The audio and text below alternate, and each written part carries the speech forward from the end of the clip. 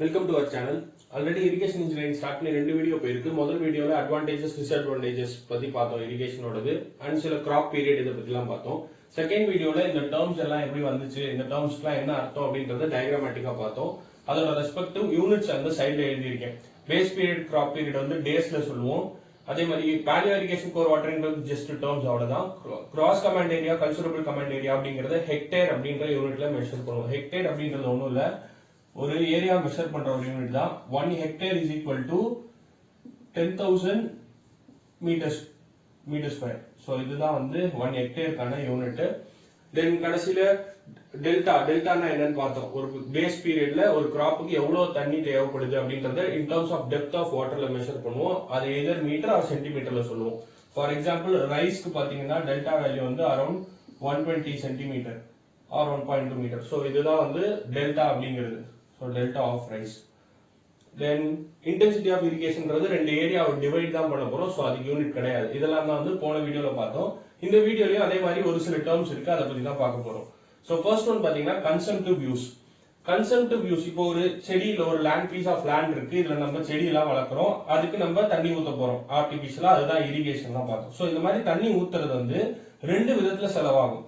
ஒன்னு பாத்தீங்கன்னா நேரா சன்னோட இம்பாக்ட்னால ஸ்ட்ரெயிட்டா எவாபரேஷன் அப்படின்றது நடக்கும். சோ அது சன்னோட ஹீட்னால வேப்பரா சேஞ்ச் ஆகி போறது, எவாபரேஷன் நமக்கு தெரியல. சோ அது நடக்கும். இன்னொன்னு பாத்தீங்கன்னா இந்த செடி இழுத்துக்கும் தண்ணிய செடியில இருந்து டிரான்ஸ்பிரேஷன் ப்ராசஸ் மூலமா.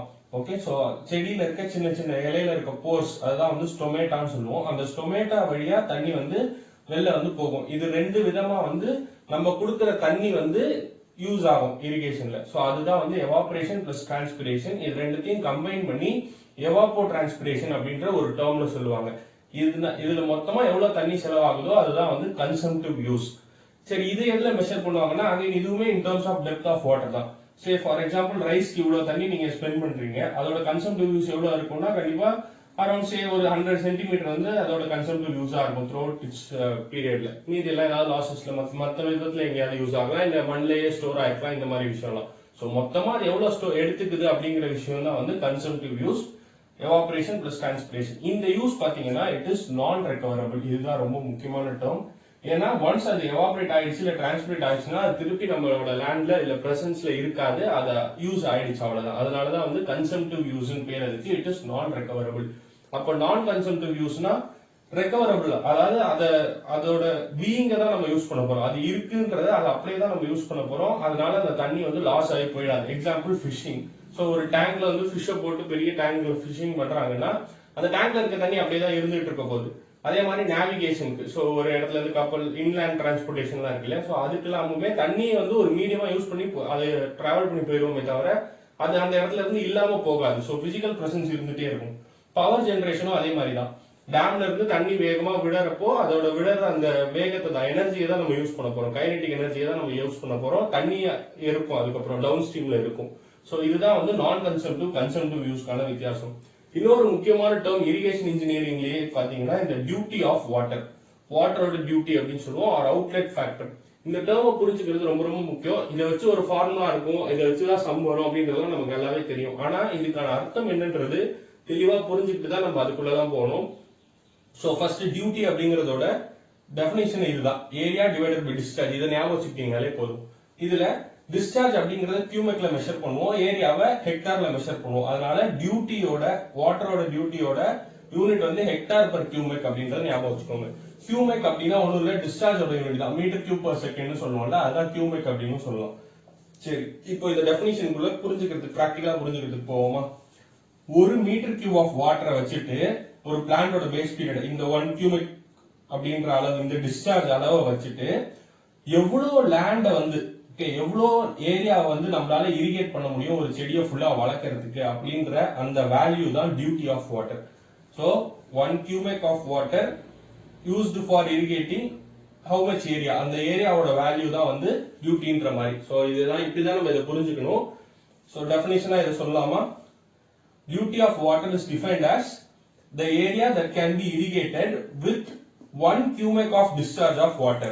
So 1 cubic of discharge of water வச்சுட்டு எவ்வளவு ஏரியாக்கு நான் irrigate பண்ண முடியுமோ அந்த வேல்யூ தான் வந்து டியூட்டி. அதோட யூனிட் தான் வந்து ஹெக்டேர் பர் கியூபிக். சோ இதுதான் டியூட்டி. இப்போ நம்ம என்ன பண்ண போறோம்னா இந்த பேஸ் பீரியடுக்கும் டெல்டாக்கும் டியூட்டி இந்த மூணு டேர்முக்கும் உள்ள இருக்க ரிலேஷன் என்ன அப்படின்றத பார்க்கலாம். ஓகே, இப்போ இந்த மூணு டேர்முக்கான ரிலேஷன் தான் பார்க்க போறோம். டியூட்டி வந்து D ன்னு ரெப்ரசென்ட் பண்ணலாம், டெல்டா வந்து டெல் அந்த சிம்பிள் சொல்லியிருந்தா, பேஸ் பீரியட் வந்து B. இப்போ என்கிட்ட ஒரு பீஸ் ஆஃப் லேண்ட் இருக்கு, இதுல வந்து செடி வளர்க்குறேன். அந்த செடியோட பேஸ் பீரியட் வந்து B ன்னு எடுத்துக்கிறேன், இன் டேஸ், அதோட யூனிட் நம்ம பார்த்தோம். அந்த செடிக்கு அதோட பேஸ் பீரியட் ஃபுல்லா 1 cubic ஆஃப் வாட்டரை வந்து சப்ளை பண்ணிட்டே இருக்க போறேன். 1 cubic ஆஃப் வாட்டர் அப்படிங்கிறது ஒண்ணும் இல்ல, 1 மீட்டர் கியூப் பர் செகண்ட் தான் அப்படி சொல்லியிருக்காங்க. சோ ஒரு செகண்டுக்கு 1 மீட்டர் கியூப்ன்ற அளவுல தண்ணியை நான் வந்து throughout its base period நான் பாஸ் பண்ணிட்டே இருக்கேன். எவ்வளவு ஏரியாக்குன்றத நான் எப்படி சொல்றேன்னா D ஹெக்டேர்னு சொல்றேன். Dனா டியூட்டி தானே, நான் எப்படி அதை D ஹெக்டேர்னு மென்ஷன் பண்ணலாம் அப்படின்னு கேட்டீங்கன்னா, இதுக்கு தான் அந்த டியூட்டியோட டெஃபினிஷன் நம்ம பார்த்துட்டு வந்தோம். ஏரியா பை டிஸ்சார்ஜ், அதை நான் யூனிட்ல மென்ஷன் பண்றேன், ஹெக்டேர் பர் கியூமெக் அப்படின்னு மென்ஷன் பண்றேன். இதுல கியூமெக் தான் நான் 1 எப்பவுமே சொல்லிட்டேன், அதனால டியூட்டி வந்து D ஹெக்டேர் அப்படின்றத நான் மென்ஷன் பண்ணிக்கிறேன். இப்ப புரிஞ்சது இல்லையா? இப்ப ரிலேஷன் எப்படி கொண்டு வரலாம்னு பார்க்கலாம். First total volume of water எவ்வளவு தேவைப்பட்டிருக்கு இந்த செடி வளர்றதுக்குன்றத கண்டுபிடிக்க போறேன். So volume, total volume is equal to total volume of water எவ்வளவு தேவைப்பட்டிருக்கும் எப்படி கண்டுபிடிக்கலாம்னா, 1 cubic ஆஃப் வாட்டர்னு சொல்லிட்டேன். So 1 metre cube per second of வாட்டரை எத்தனை நாளைக்கு நான் சப்ளை பண்ண போறேன்? B டேஸ்க்கு. சோ அதை நான் அப்படியே B ன்னு வச்சுக்கிறேன். B டேஸ்ல இருக்கு. இந்த டேஸ வந்து நான் செகண்டா மாத்த ட்ரை பண்றேன். அப்ப என்ன பண்ணுவேன், இங்க 1 மீட்டர் கியூப் பர் செகண்ட் யூனிட்டோட எழுதிட்டு வரேன். So 1 metre cube per second அப்படியே இருக்கு, இன்டு B, பட் டேஸ் இருக்கு இல்லையா, அதை நான் கன்வெர்ட் பண்றதுனால நான் என்ன பண்றேன், செகண்டுக்கு 60 இன்டு 60 இன்டு 24 B. ஓகே, இப்போ வந்து என்ன ஆயிடுச்சு, இது செகண்டா மாறி இருக்கும். ஓகே, பிராக்கெட் எழுதிக்கிறேன் யூனிட். 60 into 60 into 24. சோ இதோட வேல்யூ பாத்தீங்கன்னா 86400 B. இந்த B எதுவுமே ஆகல. ஓகே, இந்த செகண்ட் மட்டும் இங்க இருக்க செகண்ட் இது டினாமினேட்டர்ல கட் ஆகுது. B மீட்டர் கியூப் அப்படின்னு வந்து நிக்கும். இதுதான் வால்யூம், வால்யூமோட யூனிட் தானே metre cube. So total volume எவ்வளவு தேவைப்படும் அப்படின்னா 86400 இன்டு பேஸ் பீரியட். அது நமக்கு தெரியாது, நமக்கு அந்த கிராப்பை பொறுத்து மாறிட்டே இருக்கும். சோ இன்டு பேஸ் பீரியட் போட்டீங்கன்னா உங்களுக்கு என்ன கிடைச்சிருமா, டோட்டலா அந்த கிராப்புக்கு எவ்வளவு வால்யூம் ஆஃப் வாட்டர் சப்ளை பண்ணணும் throughout its base period அப்படின்றது கிடைச்சிரும். சரி, இதுக்கு அடுத்த ஸ்டெப் என்ன பண்ணணும், நம்ம டெப்த்துக்குள்ள கொண்டு வரணும்.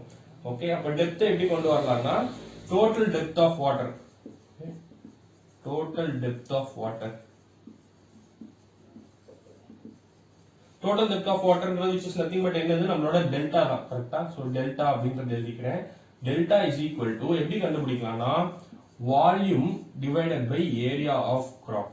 அதாவது டோட்டல் வால்யூம் நம்ம இங்க கால்குலேட் பண்ணிட்டோம், டிவைடட் பை எவ்வளவு ஏரியான்றத போட்டோம்னா, ஏன்னா யூனிட் பாருங்க, இது வந்து மீட்டர் கியூப்ல இருக்கும், ஏரியா வந்து மீட்டர் ஸ்கொயர்ல இருக்கும், கேன்சல் ஆனா மீட்டர் அப்படின்னு வரும். நம்மளோட டெல்டாவோட யூனிட் வந்து மீட்டர் தான் அப்படின்னு பார்த்தோம் இல்லையா? சோ அதுதான் இப்ப பண்ண போறோம் இங்க இருக்கிற டேர்ம்ஸ் வச்சு. இப்போ வால்யூம் என்னன்னு நமக்கு தெரியும், 86400 B அப்படின்றது தெரியும், மீட்டர் கியூப்ல இருக்கு, அதையும் நான் சைடுல எழுதிக்கிறேன். டிவைடட் பை ஏரியா வந்து D ஹெக்டேர் அப்படின்றத பார்த்தோம். சோ D ஆனா என்னத்துல இருக்கு, ஹெக்டேர்ல இருக்கு, எனக்கு மீட்டர் ஸ்கொயருக்கு வேணும், அதனால என்ன பண்ணலாம், டிவைடட் பை இன்டு 10,000. ஏன்னா 1 hectare is equal to 10,000 metre ஸ்கொயர்னு பார்த்தோம். ஓகே, அதனாலதான் இங்க இன்டு 10,000. இப்போ வந்து யூனிட் வந்து மீட்டர் ஸ்கொயரா மாறி இருக்கும். இப்போ இதை சால்வ் பண்ணீங்கன்னா உங்களுக்கு டோட்டல் டெப்த் ஆஃப் வாட்டர் வந்து delta, delta is equal to 8.64 B divided by D அப்படின்னு கிடைக்கும். ஒன்றும் இந்த டெசிமல் தான் ரிமூவ் பண்ணியிருக்கேன். சோ இதுதான் அந்த ரிலேஷன். இதுல முக்கியமா என்ன நோட் பண்ணணும்னா, என்ன யூனிட்ல சப்ஸ்டியூட் பண்ணணும்ன்றத நோட் பண்ணணும். ஏன்னா எக்ஸாம்ஸ்ல அங்கதான் ட்விஸ்ட் வைக்க போறது. இப்போ இந்த டெல்டான்றது என்ன யூனிட்ல கிடைச்சிருக்கு, இது கேன்சல் ஆகி மீட்டர்ல கிடைச்சிருக்கு. சோ இதுல முக்கியமா நீங்க என்ன நோட் பண்ணணும்னா, என்னென்ன யூனிட்ல சப்ஸ்டியூட் பண்ணணும்ன்றதுதான். ஏன்னா கன்வர்ஷன் முடிச்சதோட ஃபார்முலா தான் இது. எல்லாரும் ஃபார்முலா ஈஸியா ஞாபகம் வச்சுப்போம், ஆனா என்னென்ன யூனிட்ல எல்லாம் சப்ஸ்டியூட் பண்ணணும் தெரியாது. சோ டெல்டா அப்படிங்கிறது என்ன யூனிட்ல கிடைக்கும், உங்களுக்கு மீட்டர்ல கிடைக்கும். எப்ப நீங்க உங்களோட B வந்து டேஸ்ல சப்ஸ்டியூட் பண்ணணும், உங்களோட டியூட்டி வந்து ஹெக்டேர் பர் கியூமெக்ல சப்ஸ்டியூட் பண்ணணும். இந்த இதுல சப்ஸ்டியூட் பண்ணீங்கன்னா தான் உங்களுக்கு ஆன்சர் வந்து கரெக்டான யூனிட்ஸ்ல கிடைக்கும். சோ இந்த யூனிட்டோட என்னென்ன யூனிட்ல சப்ஸ்டியூட் பண்ணணும்ன்றதோட சேர்த்து இந்த ஃபார்முலாவை ஞாபகம் வச்சுக்கணும். இதை வச்சு நிறைய சம்ஸ் இருக்கு, ரொம்ப பேசிக்கா ஈஸியான சம்ஸ் தான் இருக்கும். ஜஸ்ட் இந்த யூனிட்ல மட்டும் தான் தெளிவா இருக்கணும். அந்த தெளிவு எப்போ வரும்னா, இது எப்படி வந்துச்சுன்ற இந்த ப்ரொசீஜர் ஞாபகம் வச்சுக்கிட்டீங்கன்னா யூனிட்குள்ள கன்ஃபியூஷன் வராது. அடுத்த வீடியோல இது ரிலேட்டடா இருக்க சம்ஸ் எல்லாம் பார்க்கலாம். இந்த வீடியோ உங்களுக்கு பிடிச்சிருந்துச்சுன்னா லைக் பண்ணுங்க, ஷேர் பண்ணுங்க, மறக்காம நம்ம சேனலுக்கு சப்ஸ்கிரைப் பண்ணுங்க. தேங்க்யூ.